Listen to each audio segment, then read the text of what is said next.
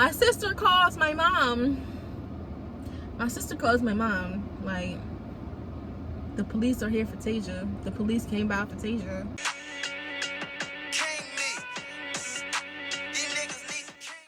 What is up, YouTube? Welcome back to another video. I hope you guys can hear me. I'll turn that down a little bit. How are you guys doing? I've cut my hair. You know, it was time for something new and different. You know, I'm not having a midlife crisis because for some reason when a fucking woman cut their hair, that's what the hell is associated with. But nope, not me. So, we're just moving straight into the video. Today I'm going to be doing a story time. This is my labor and delivery story, basically. I will not say what hospital I was in because I don't want to get sued or anything. But just know I live in Baltimore, you guys.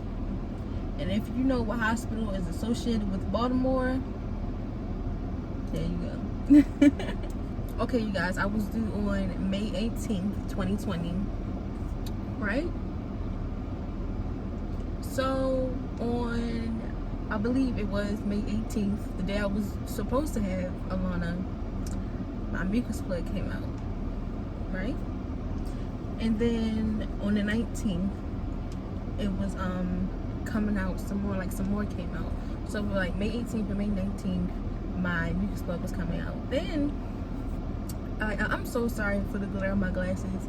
I don't know how to stop it, but you feel me. So yeah, May 18th and May 19th, my mucus plug was coming out, and I was having fucking Braxton Hicks. If you don't know what Braxton Hicks is, they are practice contractions to get your body ready for labor. Cool. So then May 20th, right?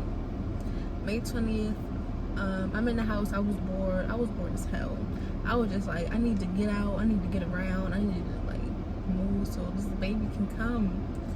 So my friend was sick, so I texted her. I was like, you need anything? And she was like, she's like, yeah, I want a salad. I'm like, all right, let's do it. So I went to 2 different McDonald's, and because of Rona, they didn't have salad. So then we got it from somewhere else. So we was driving there, and when I say I was having contractions, y'all, them Braxton Hicks was like strong, like they were strong, y'all. So then while I'm doing that, like I'm driving having contractions, I was like, wow, like I'm breathing at this point.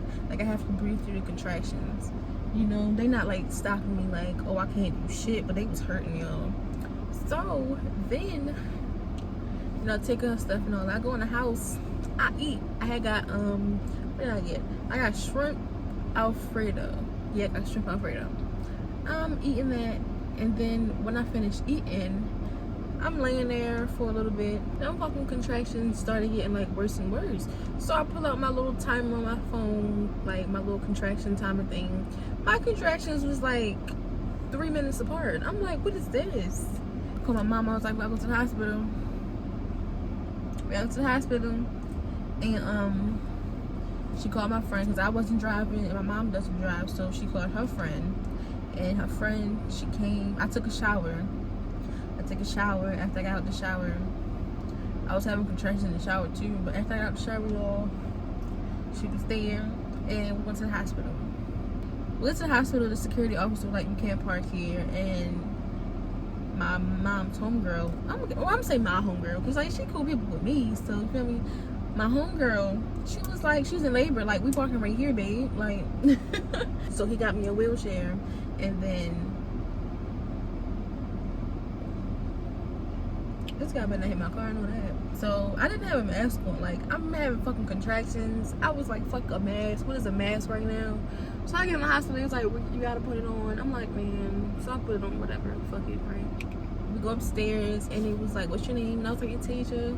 It was like, oh, we was waiting for you, because I had called before. I was like, what should I do? Because I was having them contractions, but I called before I went, and they was like, yeah, we was expecting you. Da, da, da. So they take me back there, you know, to get my vitals and all of that type stuff. And my blood pressure comes back high. I forgot what it was, but my blood pressure was high when we got there. So they tested me for COVID. They stuck the thing up my nose. They put me in a room. They tested me for COVID, and then they didn't do anything. Well, they claimed they couldn't do anything until they knew if I had COVID or anything until my results came back. They came back negative, and then they took me into a room, a labor room, and a labor room. They took me in a room. So then after that, you know, they hooked me up to all the equipment and shit, tracking the baby's heartbeat and stuff like that. They was like, well, your blood pressure isn't going down, so we're gonna admit you, keep you, you know, get everything going. So they ended up inducing me and stuff like that. And then I got induced at about 3 o'clock in the morning. I could not fucking sleep for anything. I could not sleep for anything, y'all. I kept having to get up and use the bathroom, and that shit hurted. And at one point in time, they was like, yeah, you can't get up off the bed, so you gotta use the bedpan.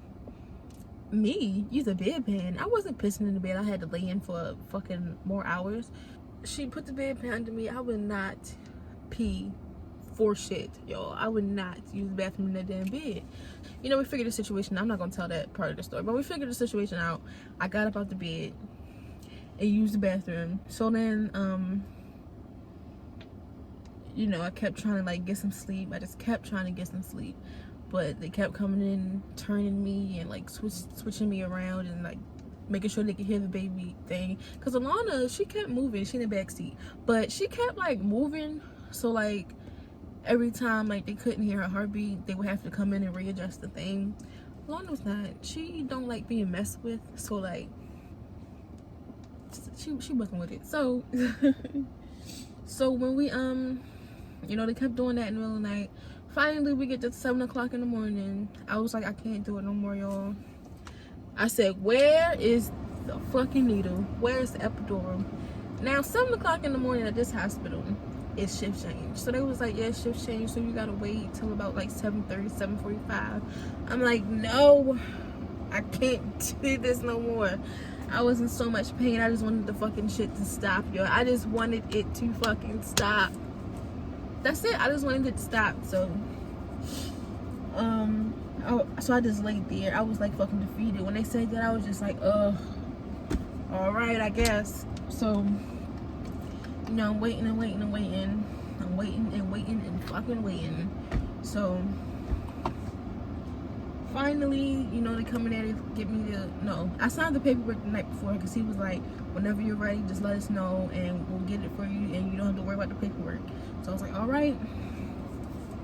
And then finally, you know, I got at 7-something in the morning. They come in. Now you guys, this is why I can't tell y'all the name of the hospital because they might try to sue me. But listen, if you from Baltimore, you know what hospital I'm talking about. My mom goes in the waiting area and my nurse is there, and 2 other guys is there. She, you know, everything is explained to me, like how I gotta sit, I gotta tuck my chin in my chest, I can't move. And y'all, when you're having contractions, like bad, strong contractions, because being induced hurts way more, because they giving you contractions, you know what I mean? So I'm fucking having contractions, and they talking about don't move and da da da da da da. So I'm trying my hardest, y'all. I'm sweating. My nurse is like holding me over. I'm all hunched over, having contractions, in so much pain. And my nurse helping me. Okay, they stick me one time, right? You can tell the guy that was doing it was like training or like a student or something. First mistake, I didn't say anything because I was up all night. I was tired. I was in pain. I was like, whatever. Like I wasn't thinking. Like I was just sleepy. My mind was like everywhere. I was just, you know, like if you have a baby, like, you know. So then he stick me one time. He pushed the shit in my back. He like, do it feel like it's on the center or the side? And I'm like, the side. So I take it out. Stick me a second time. This shit's hurt, y'all. So pressing against my spine again. And for the love of God, they can't figure out what the fuck you doing wrong. So the third time, they stick me a third time with a fucking epidural needle, y'all. They stick me a third time, and the bitches finally get it right. So then, the nurse was like, don't press the button too many times, cause if you press it too many times, they're gonna take it from you and da da da da da da. So I don't want to fucking press it in case this shit get more painful. So I'm like, all right. She presses it one time, and I don't ever touch it. And I tell her, like, I feel like a lot of pressure. This was like probably like 3 hours later. Telling her I feel a lot of pressure. She was like, well, did you press the epidural? I'm like, bitch, I don't want to press it. They keep checking my cervix and stuff. And at this point, I am about 5 to 6 centimeters. So I can't talk. I'm about 5 to 6 centimeters. So when I get 5 to 6, they broke my water. Cause when I say Alana was so stingy, oh my, she was so stingy. So finally, you know, they break my water, and I think that takes me to 7 centimeters. So they was like, we're gonna leave you for a while, and we'll come back. The more and more I get closer and closer, the more and more pressure I feel in my bottom area. They checked me again. I was 10 centimeters. I was like, yes, like, let's get this shit on the road, okay? So my nurse starts working with me. My nurse starts working with me to like start pushing and like practice pushing and stuff. So I get to pushing. Alana get to coming down and coming down and coming down. I was like, yes, let's do this. Now Alana, when I started pushing, she was still really high up. So she was like, you have to like push her down so we can like, because I wasn't 100% effaced. If you don't know what that is, Google it. I was 10 centimeters dilated, but not 100% effaced. I want to say 45. I was doing that for about 45 minutes pushing, and like, you know, and she was like, all right, stop. They called the doctors in, and I was like, this is it. So, you know, they doing everything moving fast now, everybody going all over the place. So then I push and I push, and it was like, wow, that baby got a forehead head. I was like, I know, all that heartburn I had, they gave it to me, and I started crying immediately. I was like, wow, it was like the hugest fucking relief ever. And I was just so happy that my baby was here. I just looked at her and I was just like amazed. I was just amazed about how like beautiful she was and how like perfect she was. Oh, I hope y'all can hear me on this fucking video.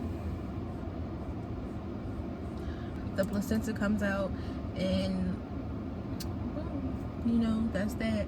So Alana tore me. They said she tore me in like a weird place. So I don't know where it was. I didn't expect my cooch afterwards. So, but yeah, they started sewing me up, and I was feeling it. I was like, hold up, this hurts. Like, this hurts. So I'm telling them like it hurt, and they was like, what are you feeling? I'm like, bitch, I feel the needle. Like, so then so they numbed me up, and you know, proceed with it, and it was fine after that.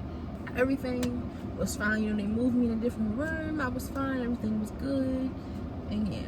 So we're gonna skip till the day it's time to go home. You know how they test the baby, make sure everything is all right and all dandy and all fine. They check her jaundice levels. Now, to anybody who's pregnant, about to have a baby, and like stuff like that, every baby is born with jaundice, okay? Every single baby is born with jaundice. Now, Alana's levels were a little high, right? At this hospital. Alana's levels of jaundice was a little high. So they was like, well, we're gonna have to put her under this machine, the blue light thing, and we're gonna have to keep her here in the NICU, and I mean, you can stay, but we're gonna discharge you, but you can stay with your baby, but at any point in time we can ask you to leave. And I'm like, okay. They was like, just in case we need room, at any point in time we can ask you to leave. It could be 10 o'clock at night, 2 in the morning, blah, blah, blah, blah. I'm like, okay. So then it gets, not even like 10 minutes later, she comes back and was like, well, they say you have to be gone by 7. Yeah, I think it was 7. They was like, yeah, you have to be gone by 7. And I'm like, what? Like, what is this? So I'm breaking down, you know, my hormones, everybody just had a baby. You know, my body is like going back to like my regular hormone level, I guess I could say. But yeah, so I'm breaking down, crying. You know, it's my first baby. It's only my 3rd day with her. I'm like, okay, I have to leave my baby in the hospital. So then I'm breaking down, crying. Mom, like, it's gonna be okay, it's gonna be okay. And I'm like, I don't think I can do this. So long story short, they bring the little blue light in the room, and like they put her under it, you know, take all her clothes off. She don't got no nothing but a diaper. And yeah, they put this like little like white strip thing over her eyes, so like the blue light wouldn't affect her eyes. And yeah, she ended up like, my baby is crying and crying and crying. She trying to take the thing off her eyes. Like, my baby is really, really smart in advance. She trying to take the thing off her eyes. She's just fucking, she's screaming to the top of her lungs in that damn room. It's like she got snot and boogers coming out her nose and stuff. I'm trying to paint a visual for y'all, because like this shit is like, what the fuck. I couldn't do it anymore. So I picked my baby up, and I'm trying to like soothe her. She's still crying, you know. I'm like, I don't want to stay. She's not staying, like, none of that. Like, I'm not leaving my baby in the hospital for her to be screaming like this and I'm in the house. Hell no. I need to know what's going on, why it's going on, when it's going on, and when it's going to stop. You feel me? So I called the nurse back in the room. I said, I appreciate you doing your job and everything. You know, because she was a nice old white female. And so I was like, yeah, I appreciate it and everything, but I want my discharge papers. Like, I want to leave. So she was like, I'll see what I can do. This my child. Give me my discharge papers, babe. So she sent somebody else in there, you know, and they tried to like talk me out of it, and it was like, well, if we can put you in the nursery with her and arrange so you can stay with her, is that okay? And I'm like, I don't want her to like go through this at all. Like, I feel like she's perfectly fine. Like, I'm like, no, I want to leave. Like, just go get the discharge papers. They send another person in. And they just keep trying to like convince me to like stay there. Well, keep her there, because they told me I had to leave. And I'm like, no, like, we're not doing this. Like, I don't give me the discharge papers. Like, we're not staying. Because they already discharged me. I had to get out come 7 o'clock. Like, they didn't discharge her, so I'm like, give me her discharge papers so we can leave. So a doctor comes in, a surgeon comes in and was like, yeah, well, do you know the risk of untreated jaundice? And you know, I'm naming some stuff, you know, I know a couple things. And she proceeds to say, well, one of them is death.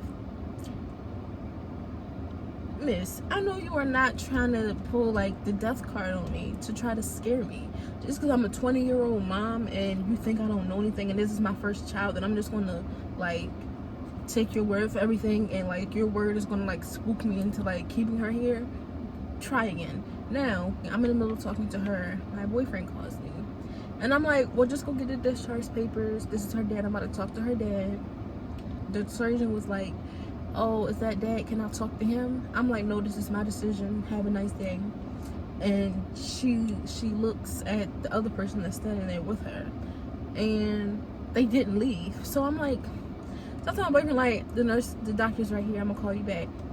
He's like, okay, handle that. So I go back to talking to them, and I'm like, just go get my papers. I'll sign whatever y'all want me to sign, so I won't sue y'all if anything happens, and this and this and this, because that's really what they was worried about. So they look at each other, they leave, and another nurse comes back with discharge papers, and she was like, well, can you bring her back tomorrow for a doctor's appointment so we can check her jaundice levels again? And I'm like, yeah, I can do that. We leave. My friend comes and pick us up, and yeah, as we are walking down to the car, the nurse pushes me downstairs, and she's like, you need to take care of your baby, even if it means this and this and this and this, and you need to make sure this and this and this, and da da da da da da. And like, when I get in the car, I put the baby in the car, and the nurse pulls my mom to the side. I don't know, I forgot what she said to her. My mom told me, but I forgot. And fast forward to the next day. It comes time to her appointment. I don't take her, you know, because at this point I'm so done with this Pacific Hospital. So we are home, and they're like, they call, you know, I don't answer. They call again. I tell my mom to answer the phone. She was like, well, Taja's not here. And the nurse was like, well, just have her call us back when she gets home, because I would hate to call the police on her. Miss, ma'am, sweetie, honey bun, of oats. Listen, this is my child. I'm not putting her in any danger at all. I'm not whipping her ass. I'm not choking her. I'm not suffocating her. I'm not doing anything. I'm just refusing care from this fucking specific fucking hospital. And I have every single right to do that. As a parent, you have every single right to refuse care for your child if they are under 18. At least in Baltimore fucking City, you do. So my mom hangs up. So me and my mom and Miss Alana, we go to the store. We go to the market to grab a few things. My sister calls my mom. Like, the police are here for Taja. The police came by for Taja. Did these bitches really call the fucking police on me? So they was like, my mom was like, well, what did they say? She was like, they left numbers and they said call the hospital. Do you think I called them bitches? So hours went by. You know, I called my local precinct, and it was a guy who answered the phone, and I explained the situation to him, and he was like, well, they can't do anything without CPS, so like, and I'm dead ass not putting my child in any harm's way at all, like, at all. So it's a guy. Guys, like, they're guys. So he was like, well, if there's nothing wrong with your baby, why don't you just take the baby to the hospital and like have them run that test? I'm like, because they said I can't be there. Like, they dead ass said I would have to leave. I want to say their name so bad. But I'm not leaving my baby in this hospital. Y'all crazy. Time goes on.